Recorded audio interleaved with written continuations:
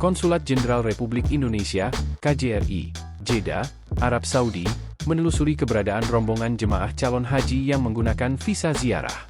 Mereka diduga menjadi korban dari seorang selebgram Indonesia yang mempromosikan naik haji dengan visa ziarah.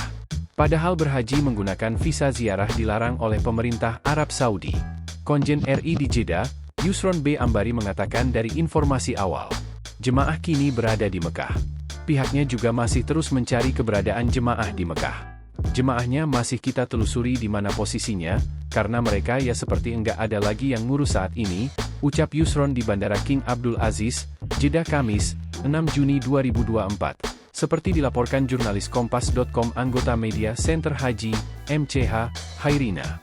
Saat ini, Yusron baru mendengar kabar selebgram itu masih dalam pemeriksaan pihak aparat keamanan Arab Saudi. Menurut Yusron, mereka dilarang masuk saat puncak haji di Arafah Musdalifah Mina, Ar-Musna, nanti karena tidak memiliki surat izin masuk atau tasreh.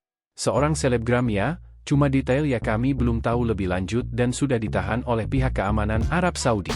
Karena dia jualan haji tanpa tasreh melalui visa ziarah dan sudah ada jemaahnya di Makkah, katanya.